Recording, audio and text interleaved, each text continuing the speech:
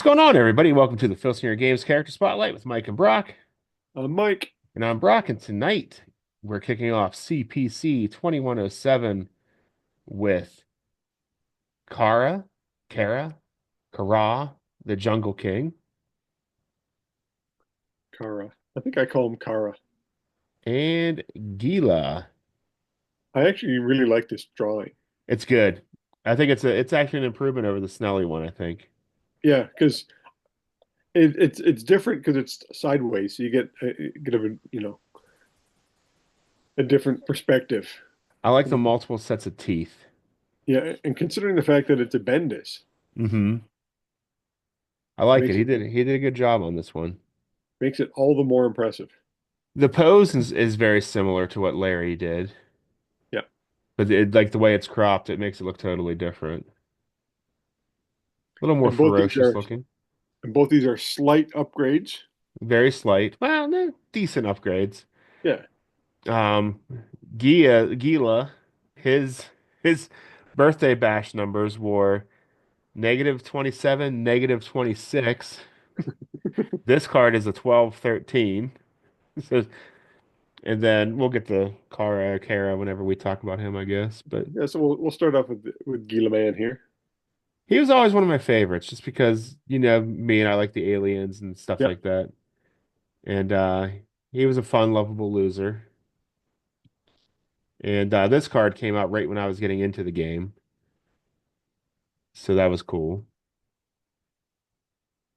I remember getting the bash sets at the first Galacticon, and then these ones came out, I think, at my second Galacticon,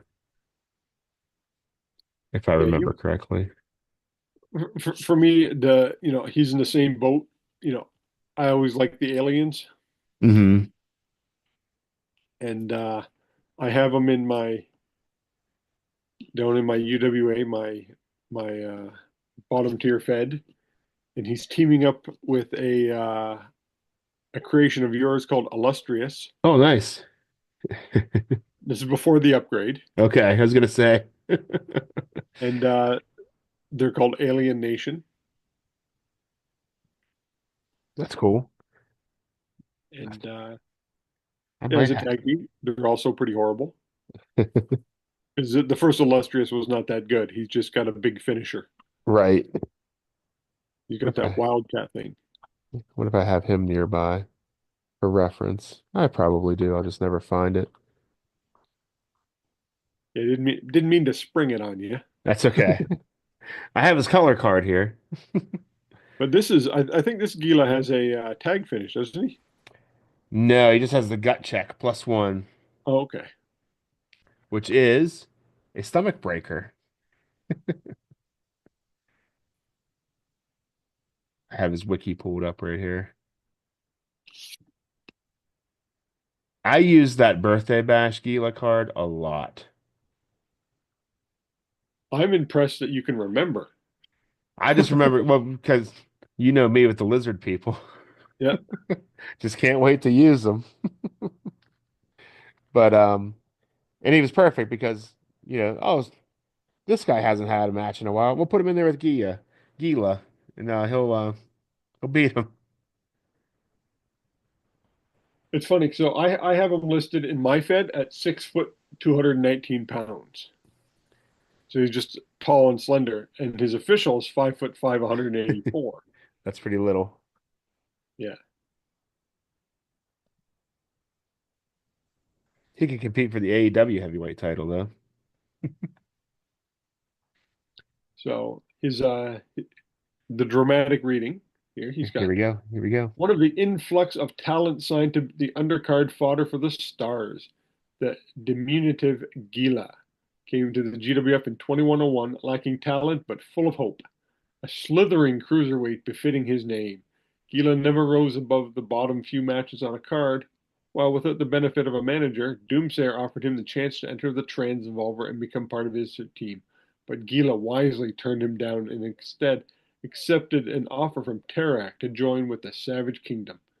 He remained with the Savage Kingdom when they all went to the CPC in 2109, sticking out the underground years as a loyal member of Tarak's group while striking up a close friendship with the bodyguard Moloch. But when Tarak unexpectedly abandoned his group to join Raven and the species team in 2114, the mantle of leadership for the Savage Kingdom fell to Gila. Surprisingly enough, he has filled the role admirably, signing on the highly capable Anti-Man Puma right out of under Raven's beak, improving the skills of the hunters of the prey, especially Talon. Although he still wrestles, he's taking on more of a managerial role these days, and one of his main goals is to get his good friend Moloch, who seems to be reluctant participant in Tarak's new scheme, to rejoin the Savage Kingdom. Hmm. I always knew that Tarak was up to no good. Yeah, you can't trust those Neptunians. He's just a poacher. He is. He wrongfully imprisons all these creatures, Yeah. Forces them to fight. forces them to fight. He's no better than a dogfight ringleader of some kind or a cockfighter. That Tarak. But reading that, I'm surprised Gila's actually smart. I didn't think he'd be. Yeah, he knew not to go in that Transevolver. I might have I might have to up the ante on him and make him a little wiser. There you go. I have him like a mindless mutant type guy. Mm-hmm. Which he kind of looks like. He's Yeah. drooling. He's drooling. He's got a bunch of extra teeth. But yeah, he's just a lizard man. This is his best card. He gets downgraded again in 2117. Well, But how can you not really, you know? this is his best shot at greatness is this card right here. Yeah.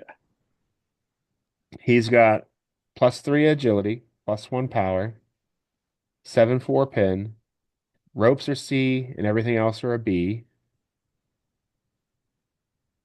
He's got a straight through level 3 move on level 1 offense, though. No agility check or anything like that. Just straight through the reptile head ram. So that'll catch some people off guard.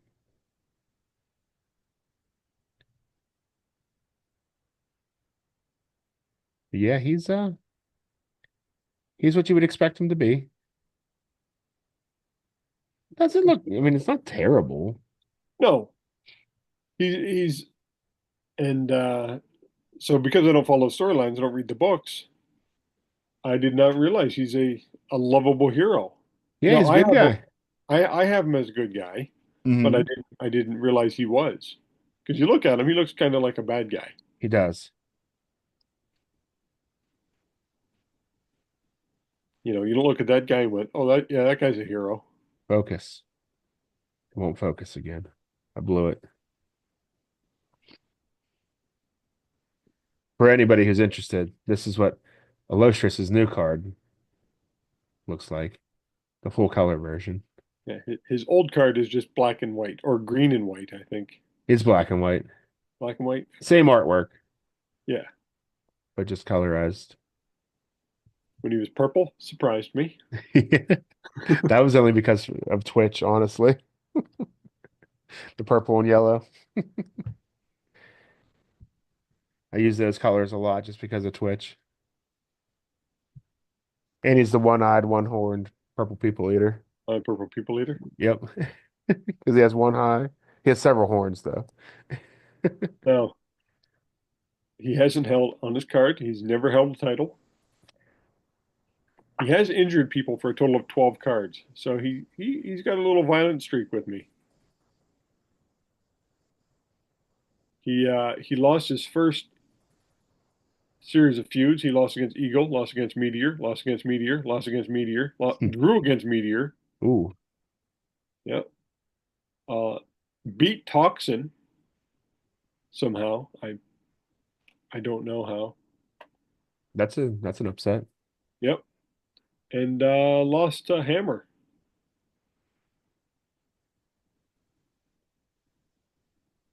Yeah, So his card's funny. He's got a lot of power moves on it. Like a brain buster, a camel clutch, a running power slam. with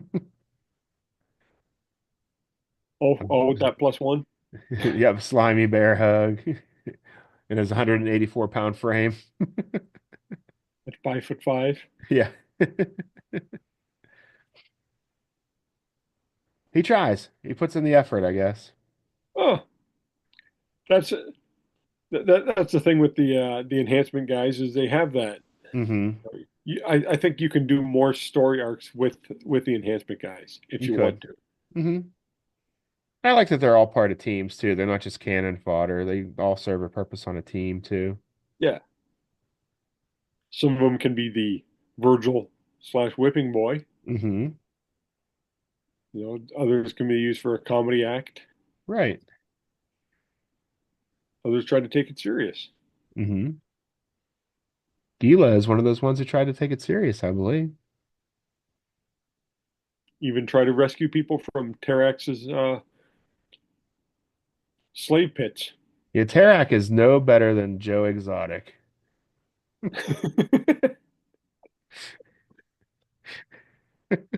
Terax is the Joe Exotic of the GWF world. He is. With his roadside zoo. Probably doesn't have any license to take care of all these creatures. That's why we made him the bad guy in our uh, Yeah, and our power creeper. the Power Creeper.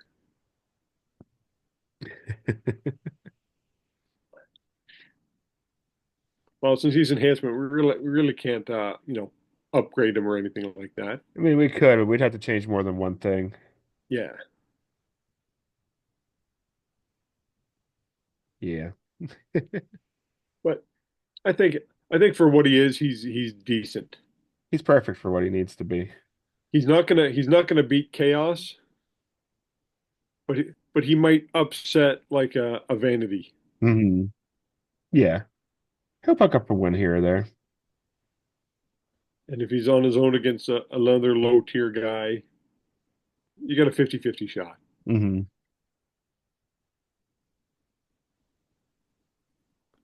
So, Such as this guy, okay, coming up, Kara.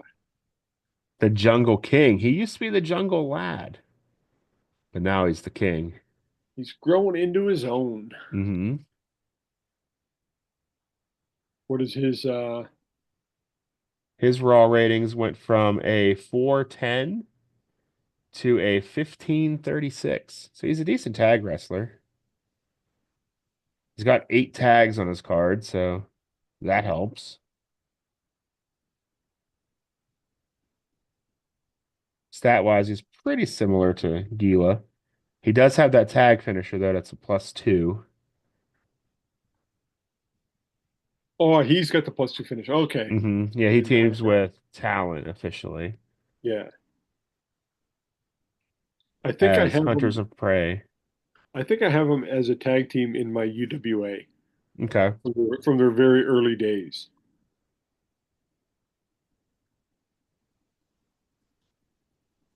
He, he's from Neptune. hmm The only jungles in the galaxy. Yeah, on the coldest planet in the galaxy somehow, but sure.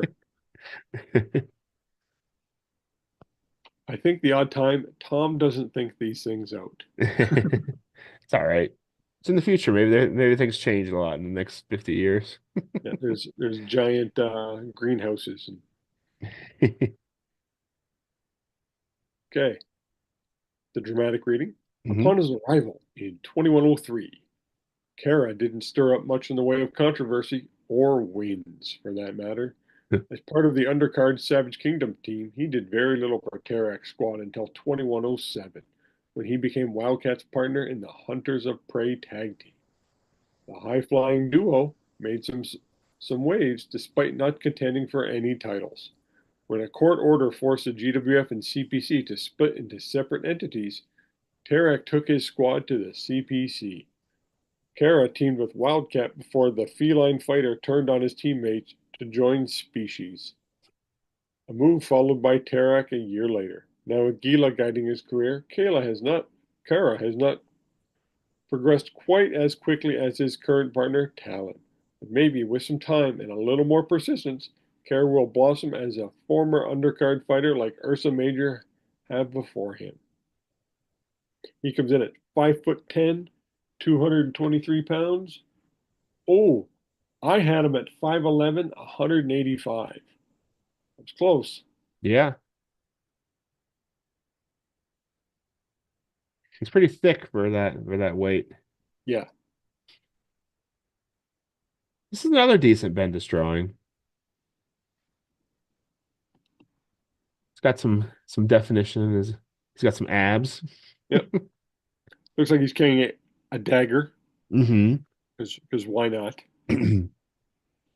Excuse me. This is He's also the first time we've had this design for the cards with the name block on the front side of the border. oh, okay. I think that started this year. I think the last cards we did still had the border. Yeah. And he's more of a tag specialist on his card now. He's got 8 total tags on his card. Yeah. His roll rating took a big jump. I know that. Oh yeah, yeah. Went from a 410 to 1536, so significant upgrade, especially in tags. Oh, excuse me. My new headset doesn't have a cough button. Okay, we can just edit those coughs out. Yeah, you would think.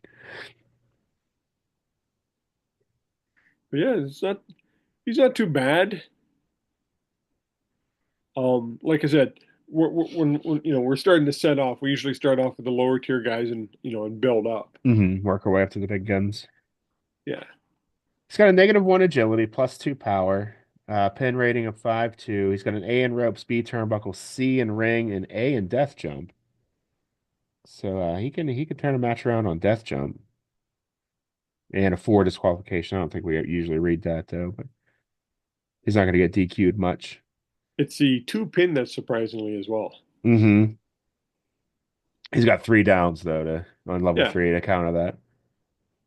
Yeah, that was something Tom used to do a lot. Like he did it with Dreadnought. Give you hmm 4 downs and a two pin or a one pin. And Yeah. So it's hard to beat him, but then they can also just become a punching bag too. yeah, until they inevitably roll that body slam too.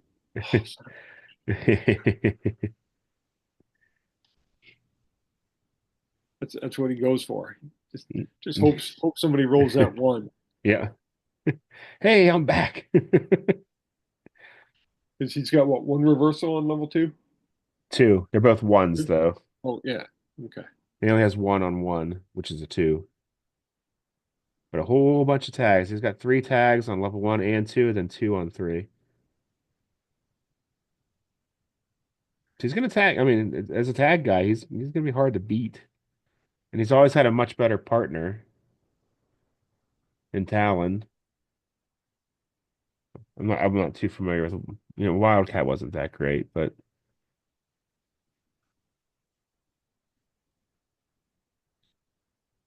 Yeah, I'm trying to look here.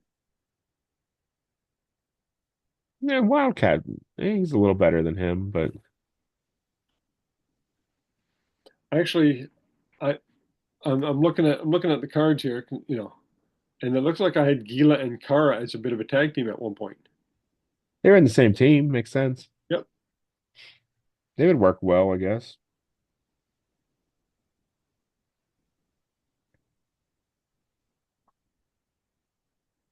Yeah, yeah, just for a little bit, for 2 years. He only has 1 tag on his card. But he's got all those name. Yeah, he does. He's got 3 on level 1. Two ones and a two, Mm-hmm.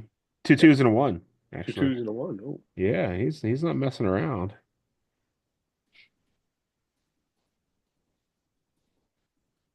So And the he hunt has held no titles for me. he's officially been the CPC tag champions 3 times with Hadrian as Darwin's legacy. I think that's his upgraded card though when he becomes Nero.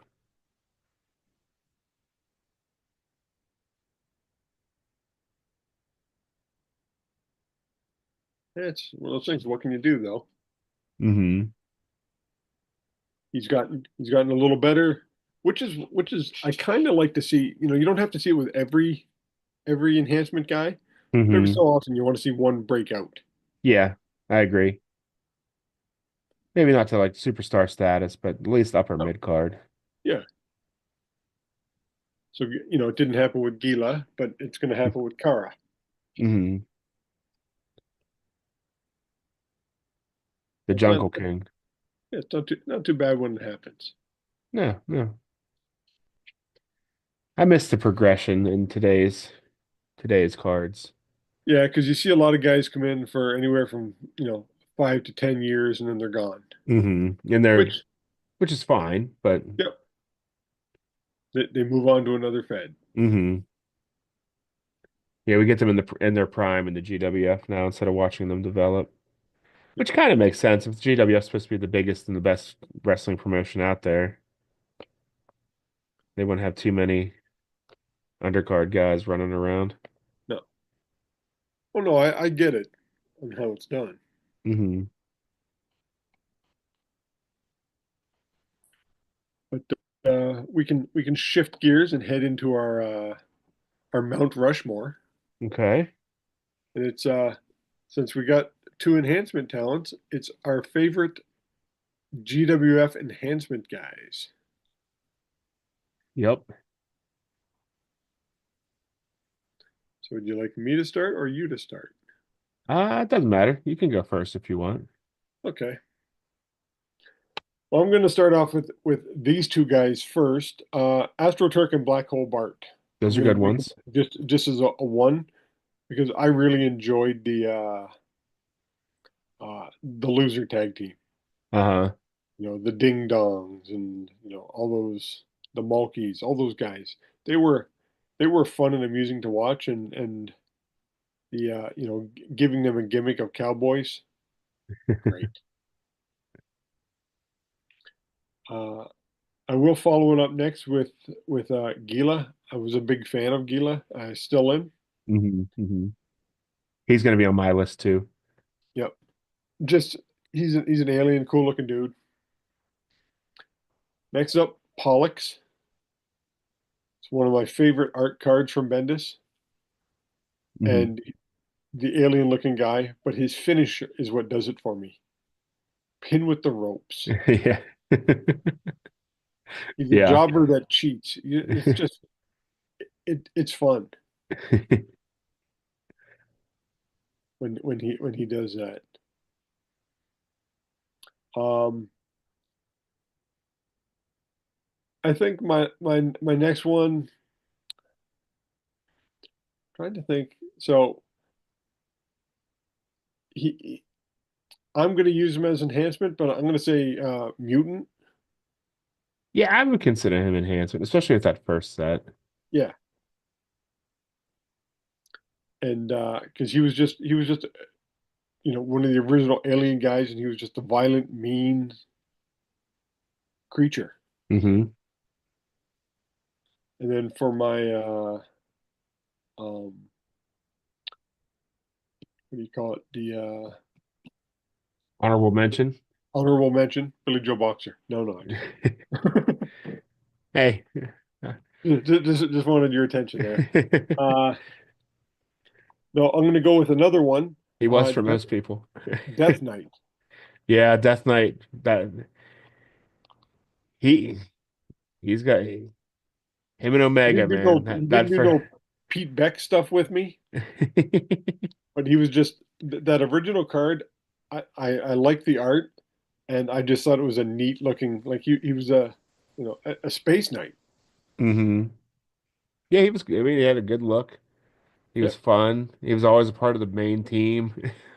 yeah. Like he was a jobber that was in with Phantos. Like, Right. Yeah, he worked out well. I mean, he was fun. yep. So what do you have? Gila's on my list. Um, gonna go Creeper. Creeper's got to be on there. Um, definitely had a lot of fun with Creeper. Gila, I talked about during this discussion.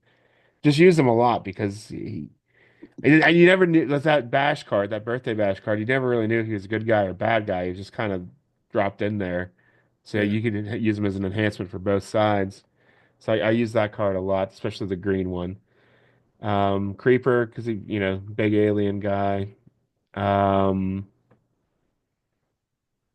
I'll go with Ursa Major because we actually got to see him progress a little bit. Yep.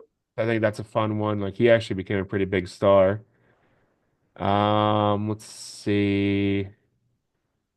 I'm gonna go Vanity. I don't know if he's really enhancement either, but No, for me, he's a 1 point wrestler. okay.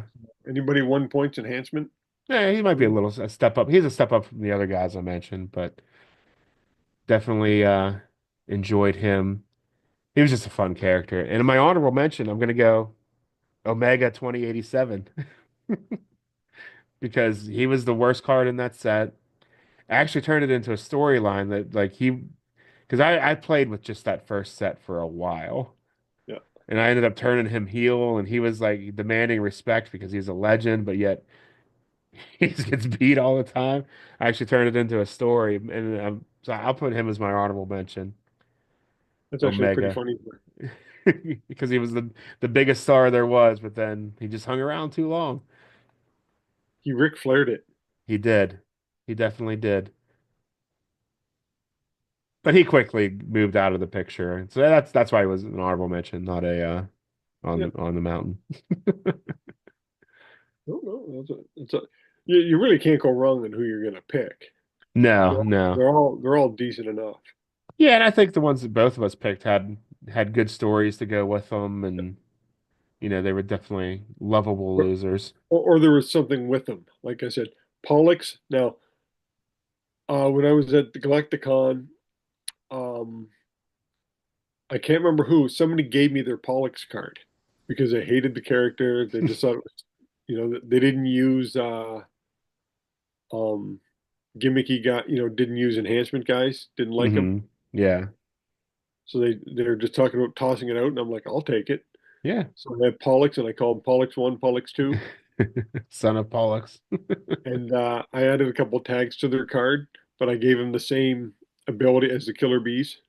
Okay, they could switch. They can swap it out, That's cool. but they only do it on a four. Okay. 'Cause they are enhancement, Right. or I think they do it on a five. I have them do it, and it'll make perfect sense when they go into the Transevolver and come up with the ninth degree Yeah. because they'll have two heads, Right. so it works out well. Perfect. So yeah, you can have fun with your enhancement. You just gotta think of storylines for it. Yeah, I mean, and you never know. When they win, it is so much fun. Yep. Like when I was I told the story a few times on here. When I was trying to introduce people to the game, I was playing as Plethador, and I gave them Chaos Supreme, and I won two straight matches with Plethador over Chaos Supreme, and they thought for sure that he was a ringer, and I was just trying to win. It's like, no, I'm trying to do the opposite here. I really am, I swear. But it It's like happens. it's like Pete Beck, for him, Death Mask or Death Knight was awesome. I don't know Yeah, how well he did, but right. he did enough where it became one of his favorite characters, and he hmm had art done, and Made one of the most iconic bootlegs based on him. So. yep, Yeah, you gotta love it. Like these guys, I mean, every character is important. Especially like even in like I feel like enhancement guys are missing from today's wrestling too. yeah. Like the I mean they still have them, but they don't.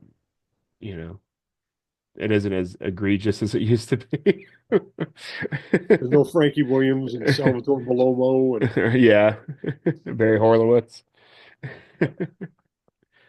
But I think those guys definitely have a place in wrestling. They're important. yep, But yeah, we probably should put a wrap this up. Yeah, let's put a bow on this one. While you're here, if you haven't done so yet, please hit that subscribe button.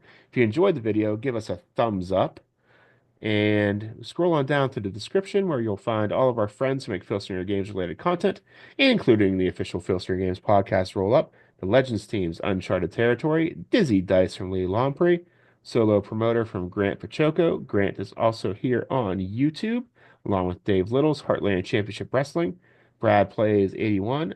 Bucky749. And after further review, I'm back on Twitch now, just doing Sundays now with the Champions of the Galaxy bootleg fed Next Dimension Wrestling. Check that out if you can. Sundays at 9 p.m. live on Twitch. And yeah, that's all we have this week, everybody. We'll see you next time. Night, everyone. Later.